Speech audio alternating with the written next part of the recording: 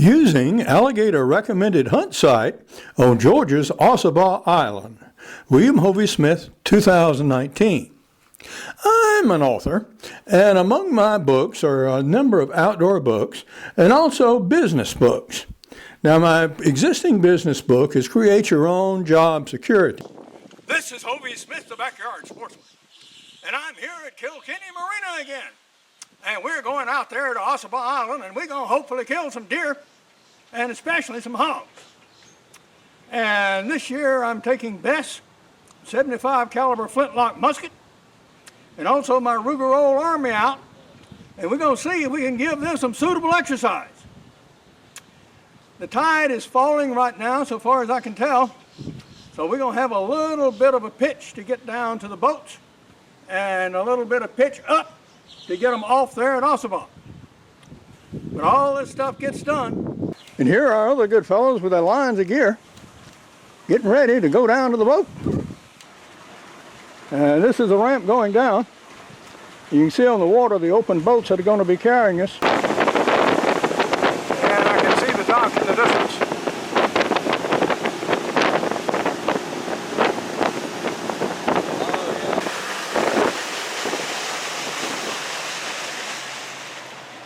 And here we are back at Ossabaw.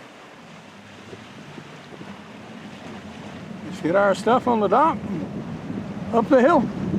About right there where that armadillo is, about where I want to pitch my tent. This is a camp out hunt. You are boated out to the island, you hunt for 3 days, and they carry you back, and hopefully with more or less game. What you may take here on the island are as many hogs as you wish to take, as well as 2 deer. And as usual, we have brought a variety of interesting things to try out. The main weapon is this Indian gun, which is based on the British Brown Bess musket. It shoots a 1-inch flint striking against 1 inch of steel. Trigger, this thing's apt to go bang. And it shoots a single patched 75 caliber round ball, which you'll see me load. This is one of my favorite guns. I've taken deer, I've taken swan with it, and this is going to be, I think, its first hog. So we shall use it. And the reason that I'm using this gun is I'm working on a novel, and one of my characters actually goes on a boar hunt in Sicily with a 1777 Charleville. The Charleville did not arrive in time for me to use on this hunt, so I'm using the British equivalent here. Also in the gun department, we're again bringing our Ruger Old Army, but this is the first time the Old Army has been out in this configuration with its 14-inch barrel, which was installed by Dykes Reber. And I'm shooting Kato Ajama's elongate bullets in it. So this puts out the power of a hot 44 special.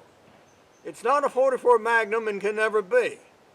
But this good load will take anything that walks on this island. It'll also give me repeat shot capability should I get into a drove of hogs. Yeah, sometimes you see them here in bunches of 20 at the time.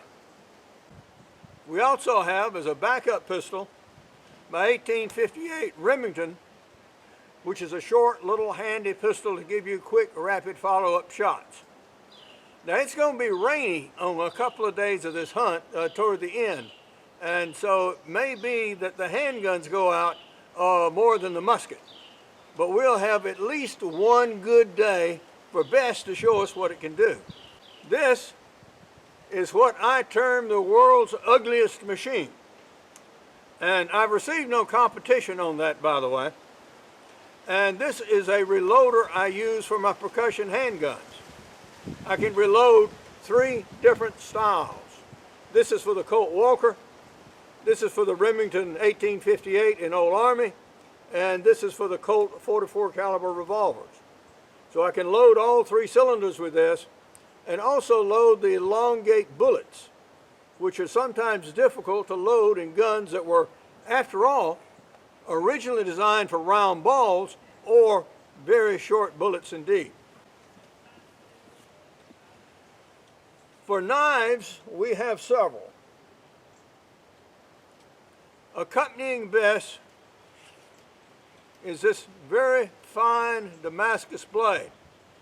And this is made by Mickey Anderson, a Swedish knife maker that I know, with a burl handle. This is a socket bayonet. You plunge it down in the muzzle of the gun, and that gives you an instant bayonet. Now, previously I have had guns out here with bayonets, and my partner Roger Kicklighter derided me for that. Well, as it turned out, it came out that he actually needed one. Yeah. He had a hog at him, practically at his feet. He had to jump to get out of the way of it. He could have very easily stabbed it had he had a bayonet. Well, we also make knives. With Hovey's Knives of China, this is one of our typical products. We went back to ancient China 3,000 years ago, and we took those designs in bronze and we now make them in modern steels. And this is a profile of one of the 80 styles of knives that we make based on these ancient patterns. For a novel I'm doing, which is based in part in Sicily, one of my characters, Luigi the Claw, is an enforcer for the mafia. And he sort of has been fascinated with knives of all cultures, both his own ancient cultures in Sicily and world cultures. And he was interested in a knife called a Karambit. A Karambit is a fighting knife that originated in Indonesia, very popular in the Philippines. This is my version of the Karambit. Now, the Karambit is an unusual knife. Not only is it shaped weird by Western standards, this particular one is stranger than that even. It is sharp on both edges. It is made from a tiller point, and it is designed to be grasped in the hand like this. And you hook and slash and punch and jab. And the thing about the Karambit, you can get some extra length very quickly. Very interesting, dangerous, and deadly self-defense knife. Whether it has any applications in game or not, I have yet to discover. But that's why we're here. So whilst we were making Karambits, we made a tool that might have some utility for dressing game. And here it is. It's on an improvised handle. I'll handle it better when I see if it actually works or not. But we're going to try this on skinning and cleaning some deer and hogs and see how it does in truth. So these are some of the interesting tools we're going to be using. I also have, which you'll see more of later, this Froylan tack flashlight. Now this flashlight comes equipped so it will fit the rails on guns and crossbows. It is a very powerful light. It uses a special battery, complete with its own recharging system, and we're going to try it out here because they set us out in pitch black dark. So we're going to get loaded up, ready to go, track out of here at 4 o'clock in the morning. Look. And here's where you sign up for your hunts here on Ossabaw. And you pick your area, and you sign in on the sheets, and that gives you your route number. And you go out in those nice little vehicles there to your area. So this year, I'm going to be on Route 2, and we're going to hunt a new area. On the archery hunt this year, which is Hunt 1, there were 54 hunters. They got 48 deer and 12 hogs. So, of course, some people shot multiple pieces of game, But that is generally a very, very good outcome for that hunt. So this is a primitive weapons hunting, and we don't know yet. Last year they took 64 deer and a half dozen hogs. So we will see what happens this year. Those of you who are wedded to your smartphones and screen devices, you may charge them here, as well as your power tools. I see somebody's got his chainsaw or whatever battery on charge, and so you can do that. And we have a mandatory hunters meeting at 5 p.m. So that'll be my next obligation to meet. All the trailers are over there. Cody will be doing Route 3, Eric will be doing Route 2, and Kara will be doing the truck route. I'm sharing my hunting spot with another hunter. If you look closer, you'll see him right there. That's a gator. He's about a 5-footer. Not something you'd want to put a leg in harm's way. Well, needless to say, I ain't going to shoot anything across the water, because I ain't going to swim in his pond to get it. Well, this is a sow we took on the first day of our hunt with the Ruger Old Army. And now the task is to get the guts out of it, put it on my sled, and get it up to the road by 11 o'clock. And that's just about an hour from now. Going in the afternoon, our fellow hunter is a little more visible. But even though he's floating, he's still well camouflaged. We're winding up our first day's hunt at Ossabaw, and I'm back at the pickup point. And this is in particular the junction of Hell Hole Road. And what we're doing here is we're making our gun safe again by removing the cylinder and storing it elsewhere in a padded container. That is the stocking cap. So it is safe. And we're going to empty the prime from Bess. And they say, those of you who are fastidious, well, can't you save it? Yes, you can, of course. If it happens to be dry, etc., etc., etc. But now, we're going to put it in its case for transport back to camp. Now, why do you case flintlocks? Well, one thing, they're long and delicate, as a rule. So it gives them a little added protection. Should they fall, at least the case will cushion somewhat the blow.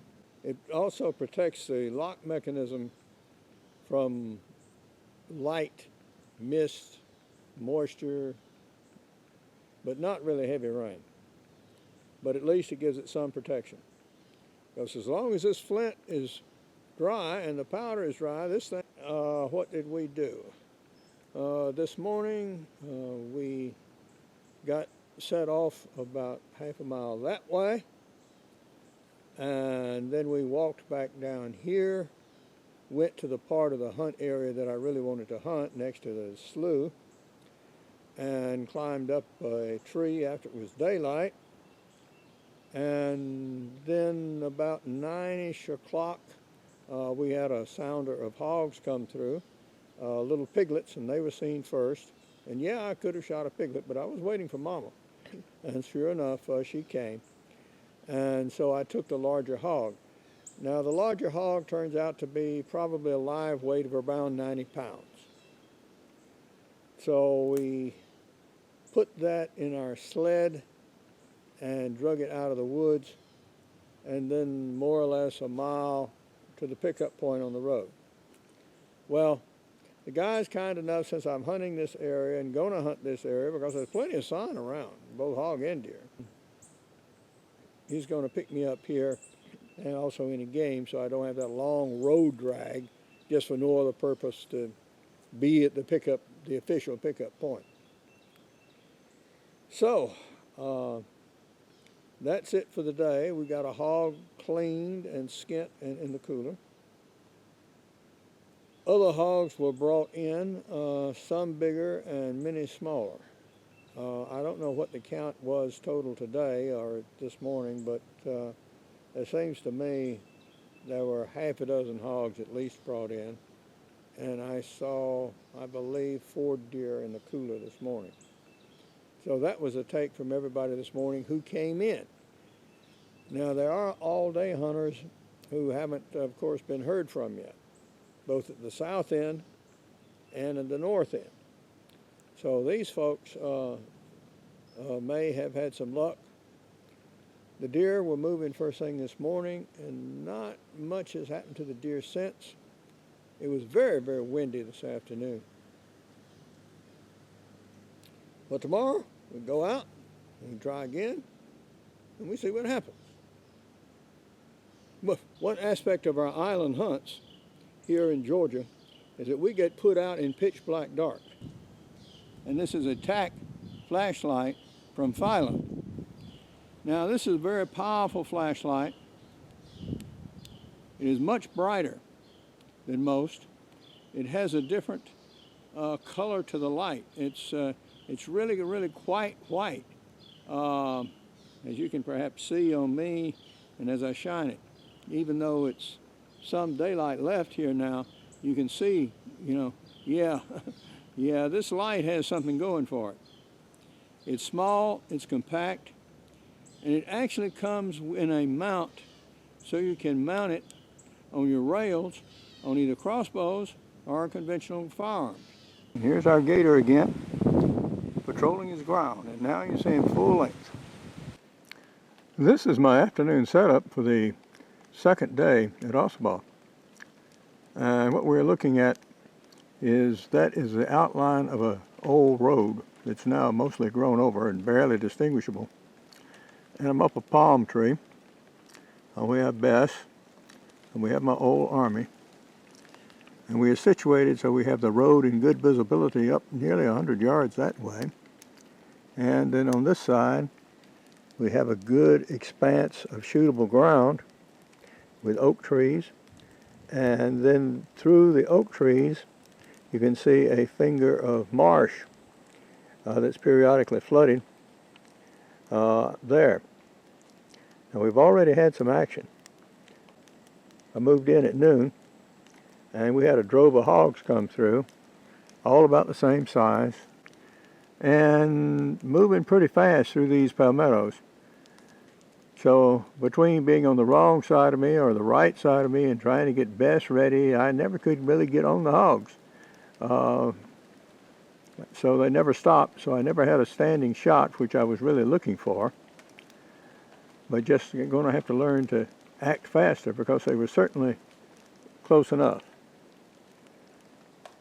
So we also did see in the distance a deer. So both use this area, so it's going to be real good. If we don't do any good later today, it's about 5:30 now, we're certainly going to come back in the morning. This is the morning of our third day at Ossabaw, and I've got Bess, as you see, in the rural army, and we're up the same tree we occupied last evening. And we had hogs coming in the afternoon, and nothing much is shown this morning. Well, nothing at all, as a matter of fact. But I am hearing an occasional shot off in the distance somewhere. So people are seeing stuff, and I suspect they're moving it. And I'm going to stay up here for a bit longer and then just take the pistol and a very light outfit and go doing a little quiet walking along some of these roads and trails. Before I get down, however, we have a pseudo hog right there. And so I'm going to discharge Bess against that hog. I'm going to aim for the shoulder. You see sort of the nose and the eyes and ears on that piece if you use a little imagination.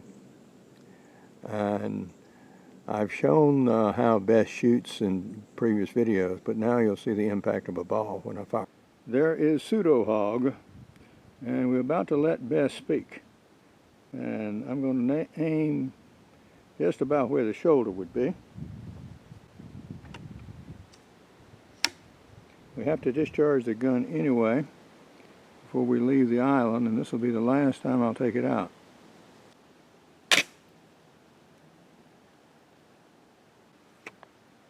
Reprime. Cock.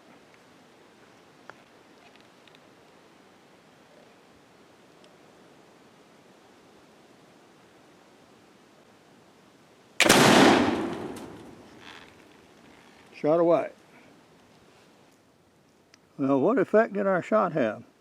Well, this is the entrance hole, and it blew all the way through. Of course, this is a pretty rotten piece of wood, so that's not really a test of very much. This is the last afternoon of the last hunt at Ossabaw Island, and I am just about worn out.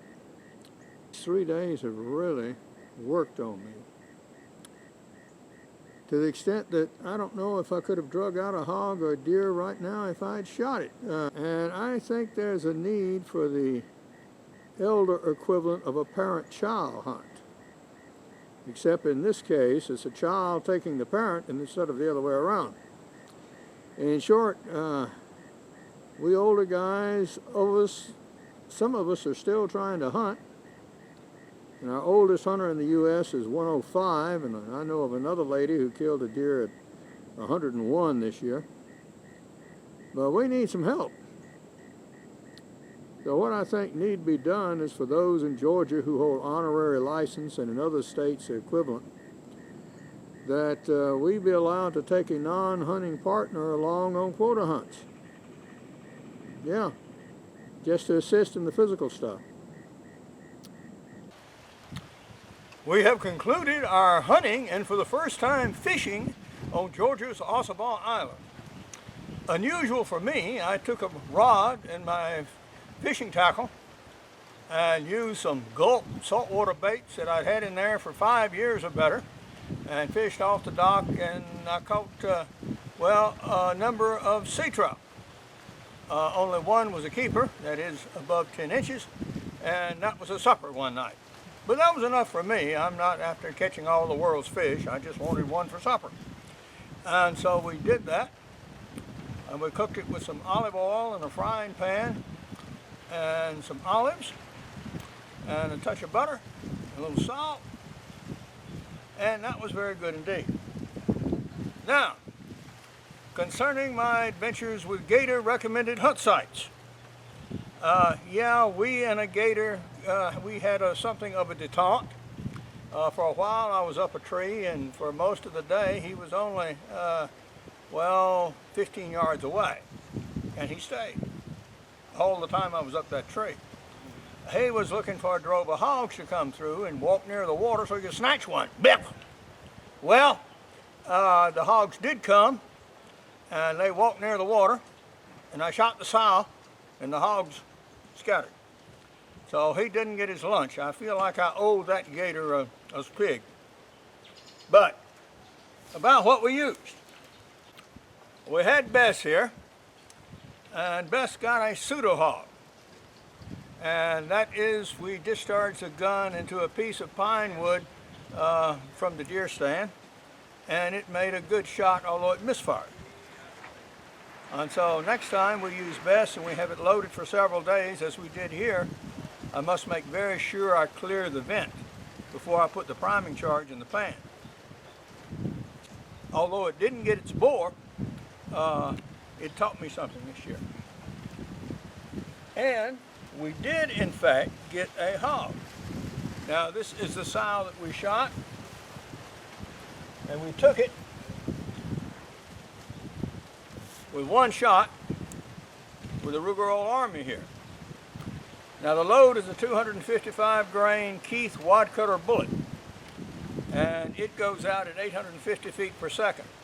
By comparison, the 45 ACP shoots a 230 grain bullet at 850 feet per second. So this is like a 44 special with a key style game killing bullet, and one shot, one dead hog. Well, the bullet entered behind the shoulder, clipped the very bottom of the spine, and exited through the rib cage.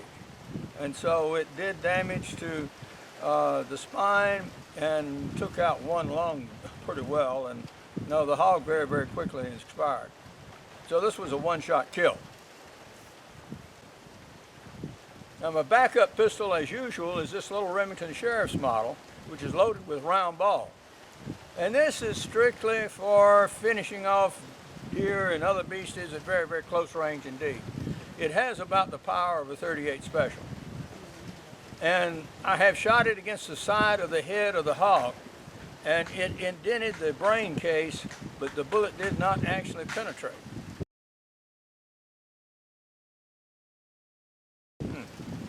Which shows you, yeah, you need to be close, and this is not the gun to take out hunting deer with. Yeah, at close range, it will kill. A full-size hog, that's too much for it. If you want to shoot a few piglets, all right, bang, bang, bang, bang. It'll do that all day. Another thing we used was a Froylan flashlight, little bitty fellow about this long, and I've showed it in a couple of previous sections of this video, and that really worked well and was a worthwhile addition to the hunt. Once more, the Ford Ranger and I have concluded our hunt at historic Ossabaw Island. And this is Kilkenny. And behind me is one of the few structures that escaped the Civil War without being burned. We have our hog in the cooler, we have our trash to take off, and we are ready to get towards home. Now, if you want to hunt Ossabaw, you don't have to be a Georgia resident. You may apply as a non-resident. You go online, you find Go Hunt Georgia, and you will find how you can apply for their quota hunts, including this one. And for now, this is Hovey Smith, reminding you to hunt what you eat and eat what you hunt. Be legal, be ethical, be safe. Goodbye, God bless, and see you next time. To inquire about Georgia hunts, go to www.gohuntgeorgia.com. To purchase bullet molds from Kato Ajama for Ruger and other percussion revolvers, contact him at kato93@hotmail.com.